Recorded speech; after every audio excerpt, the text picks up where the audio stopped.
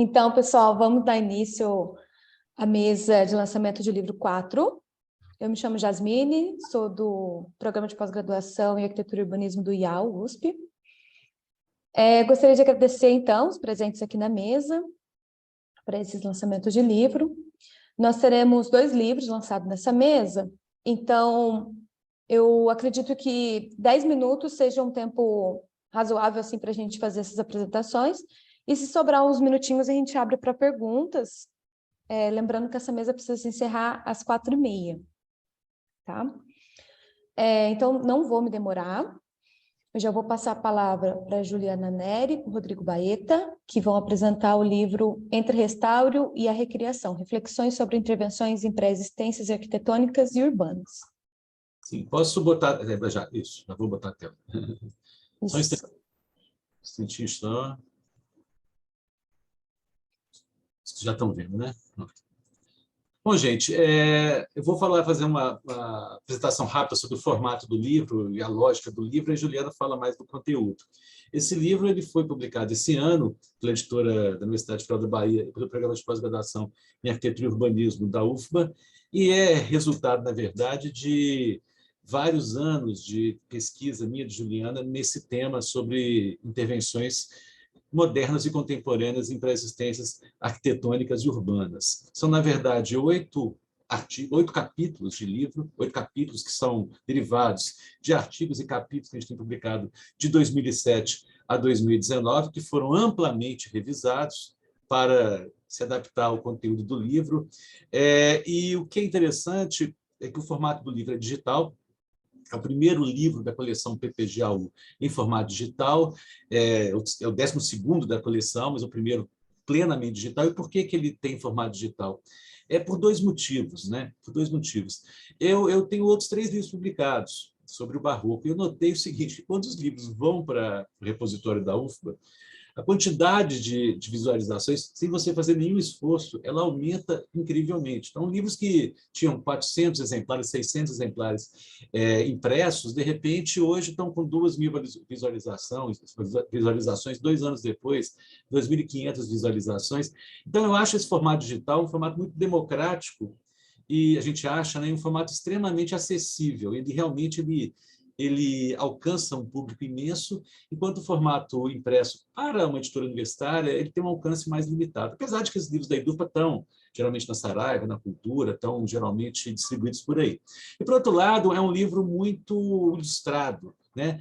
Ele tem 528 páginas e 488 figuras coloridas, que seria impossível para a Edufa arcar com esse custo de impressão com qualidade, e ficaria muito caro para as pessoas comprarem também, né? Então, a gente, por ser um livro digital, a gente pode fazer do jeito que a gente quis, do tamanho que a gente quis, da forma que a gente quis, com a quantidade de imagens que a gente quis. E foi um sucesso muito grande. A gente fez um lançamento em junho, online, até porque o livro é um livro digital, e em menos de um mês já tinha 2.000 downloads do livro. Então, foi mais ou menos 1.500 downloads do livro. Então, foi uma coisa muito bem sucedida. O livro está disponível no repositório da UFBA, só se você entrar com o nome do livro, vai aparecer o caminho, só por curiosidade, é esse, certo?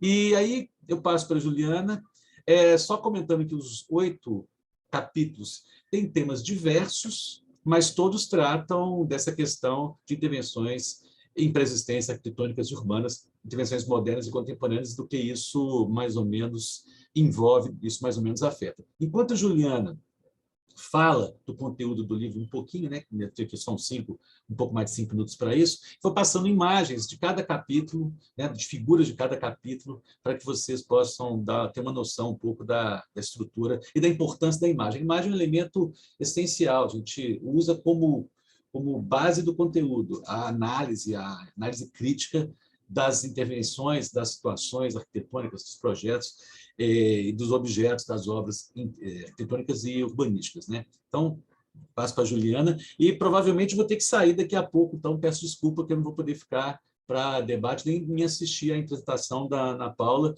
e do meu querido amigo Fernando Lara, no livro de sucesso deles. Ju? Então, né, esse livro, como o Rodrigo já falou, né, eles vêm de uma série de reflexões, né, ao longo do tempo, e um reconhecimento, né, da importância da ampliação do conceito de patrimônio, que ele vem, né, acontecendo nessas últimas décadas, a importância, né, da inclusão de um leque, né, bem mais diversificado e bem mais complexo do que representa o patrimônio cultural, né, a nível local, regional, nacional, mundial, e as várias possibilidades que existem de preservação. Mas mesmo, né, com esse grande espraiamento, a gente entende que há também uma necessidade de aprofundamento em áreas específicas dessa múltipla condição de preservação, né? Então, não, em hipótese nenhuma, né, deixando de pontuar a importância dessa expansão e da diversidade, não só dos objetos, mas também das possibilidades de preservação desses vários objetos e várias expressões culturais, né, de interesse de preservação, a gente entende que, às vezes, por interpretações apressadas e superficiais, né, inclusive do papel dos sujeitos, hoje, né, entendemos como muito importantes dentro da preservação, a gente vem identificando um risco, né, de perda de determinados objetos em si, pela desqualificação da importância quando estes objetos são de natureza material, né? Então, o nosso livro, ele se propõe a aprofundar um ponto bem específico no amplo campo da preservação, vinculado aos objetos de natureza material de interesse de preservação, né?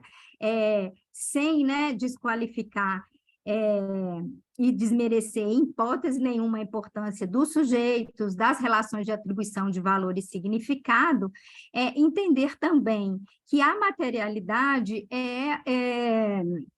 tem chaves específicas e particulares, onde determinadas teorias são ainda bastante importantes no respaldar, né, dessa análise.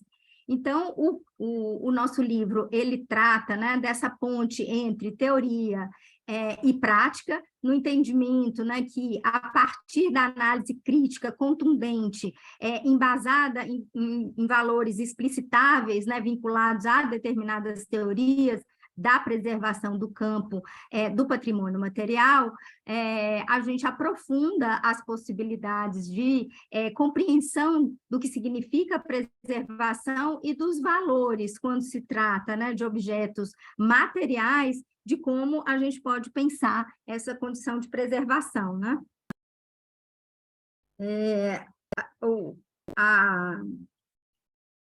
A questão é que nos cabe estar atentos ao papel de cada uma dessas teorias, desses instrumentos e das especificidades aplicáveis e válidas, né, a partir da preservação, através de uma profunda e consistente reflexão sobre o que, por quê, para quem e qual o modo de se conservar algo que não implica a desconsideração dos sujeitos, dos seus significados, mas uma ação que reconhece e baliza o papel, o lugar, o alcance e o limite de cada caso em prol daquilo que almeja salvaguardar especificamente no que a gente se propõe a tratar nesse livro, que é o patrimônio de natureza material, né?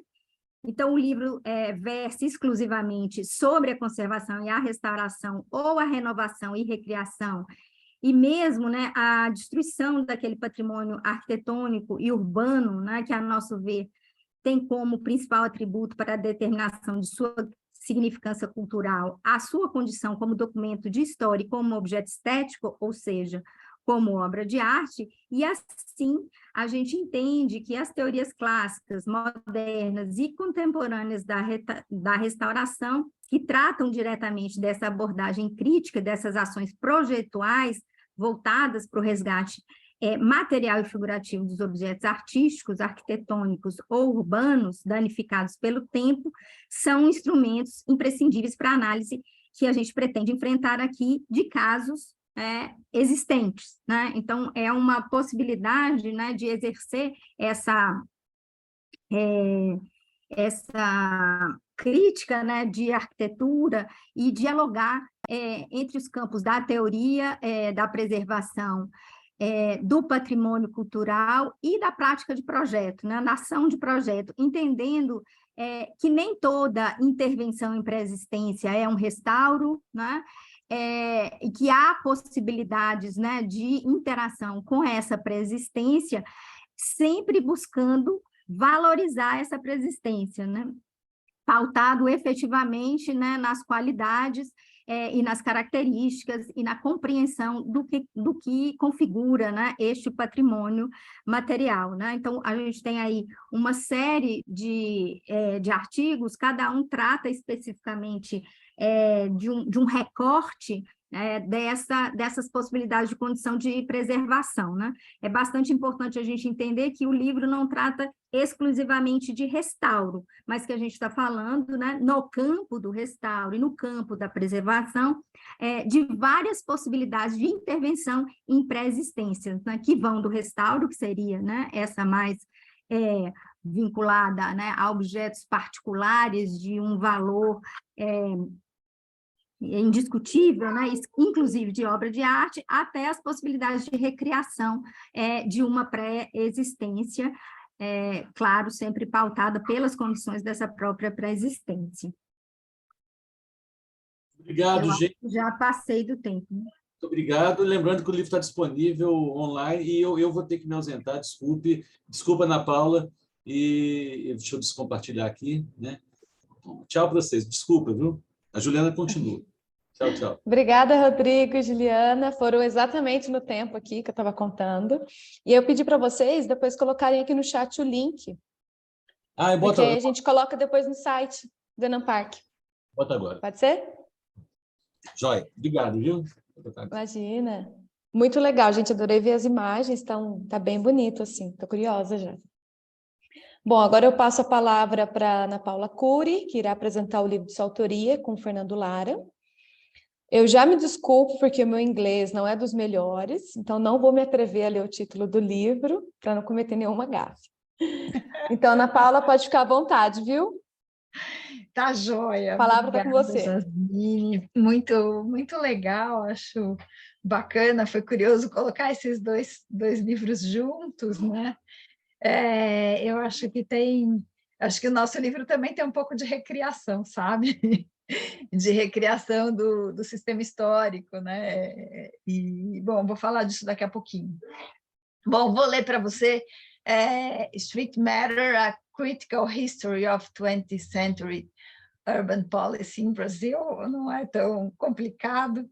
E, na verdade, esse foi um livro que a gente começa, né, eu e o Fernando, numa parceria de 2014, que é um projeto de pesquisa que a gente faz sobre a cidade de São Paulo, basicamente, né, como o sistema de planejamento, então, poderia responder aos desafios da questão ambiental, né, os desafios da questão ambiental dentro de uma nova agenda. E a gente começa aí com essa parceria, né, e a gente começa a tocar numa questão que eu acho que foi muito bacana e foi muito produtiva para nós, que foi entender como é que um país com 84% de população urbana, né, num país com essas características, como a política urbana se torna, então, um elemento muito sensível, um elemento fundamental na política nacional, né? Então, a ideia foi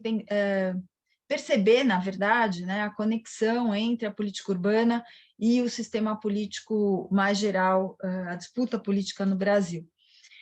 E esse livro nasce, então, em 2014, vamos dizer assim, né, no rescaldo, né, dos protestos de 2013.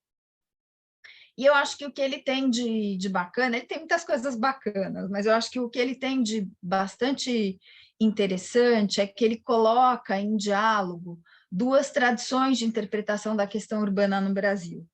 A primeira, né, que é a linha de estudos dos movimentos sociais urbanos, né, que é mais, que originariamente, né, está mais ancorada na sociologia urbana do que no planejamento, e depois, óbvio, né, essas linhas se contaminam, mas os textos mais generativos estão lá, né, na sociologia. E depois, uma linha que trata, né, mais especificamente do planejamento urbano, que são os trabalhos sobre a história do planejamento, né, a história da cidade, a história do planejamento. Então, o livro ele procura colocar essas duas tradições da interpretação da questão urbana em diálogo. E ele faz isso através de um sistema teórico que é o tripode, que é a gente elegeu, então, 3 níveis de análise, né? A questão do trabalho, né? A questão da terra e a questão da repressão policial, elegendo, então, esses 3 temas aí como elementos mediadores que nos permitiriam colocar em contato a relação entre os protestos e a história do planejamento e das políticas públicas. Então, a gente foi tentando, né? É um livro que é cheio de fios, né, que podem ser puxados posteriormente. Eu acho que ele deixa muitas pistas, né, para investigações futuras. Ele não é um livro acabado no sentido de que é uma obra, mas é um livro muito investigativo. Foi muito legal fazer e a recepção tem sido muito bacana também. E dentro dessas 3 linhas, né, a gente elege, né, o sistema de transporte como um nó de conflitos bastante importante, porque é ele que integra, né, terra e trabalho, né, segregação urbana e acesso ao centro da cidade, e é uma questão muito sensível à história dos protestos no Brasil. Eu acho que tem esse aspecto aí. Jasmine, você me fala até quando eu posso falar, tá?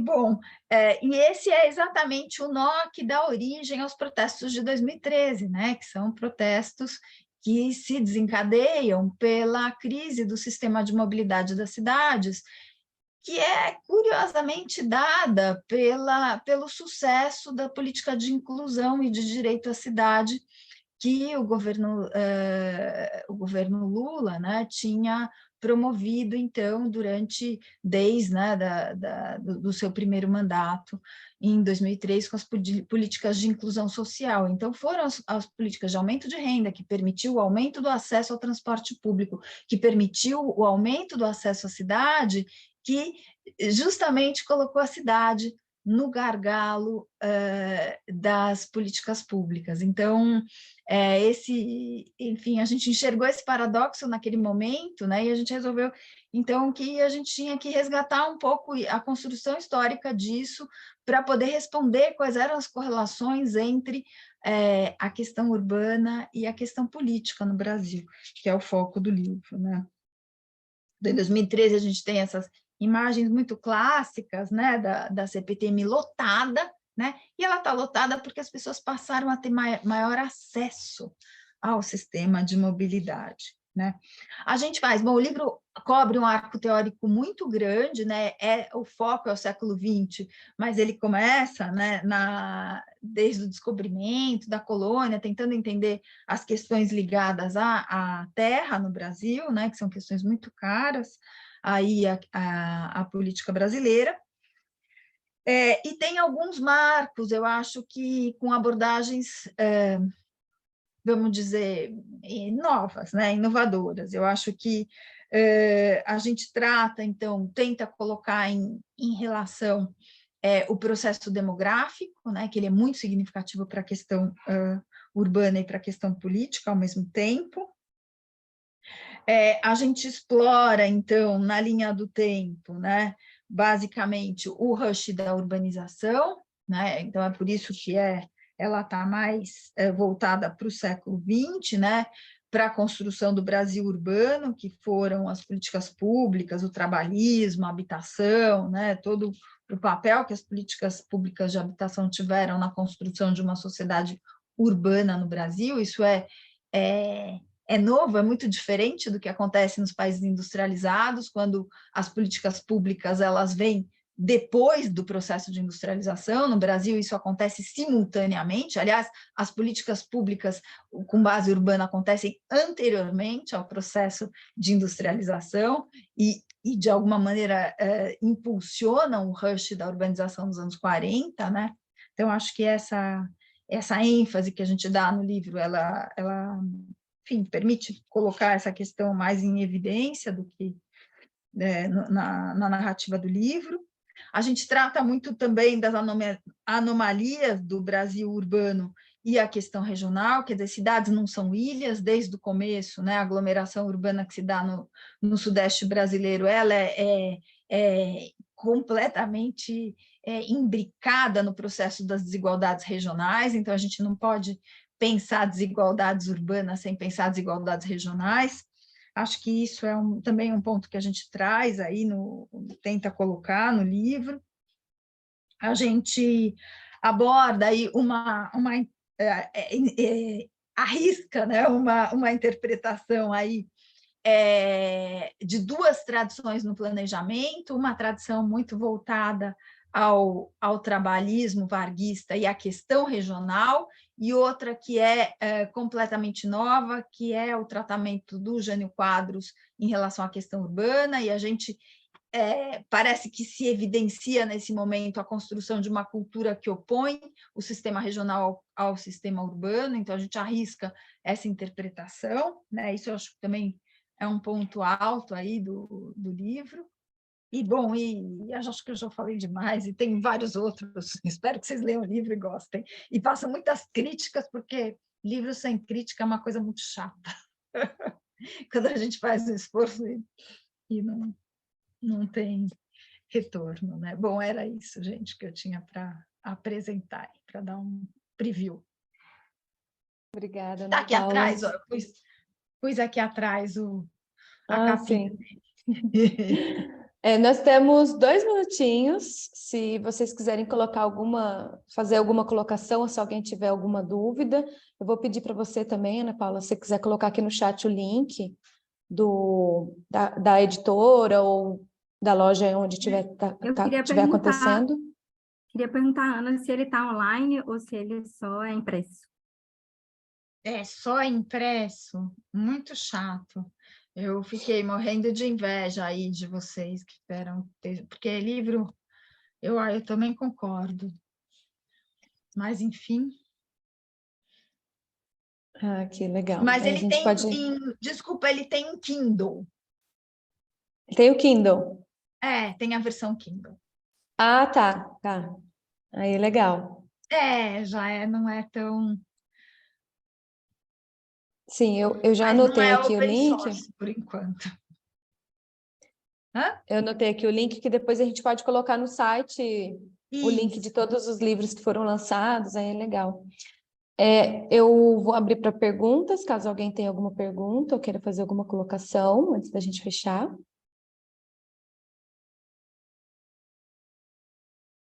Bom, então eu queria agradecer a Juliana e a Ana Paula por apresentarem os livros. Fiquei muito curiosa para ver os dois. Eu convido a todos agora a participar da mesa 2 especial, que vai iniciar em alguns minutos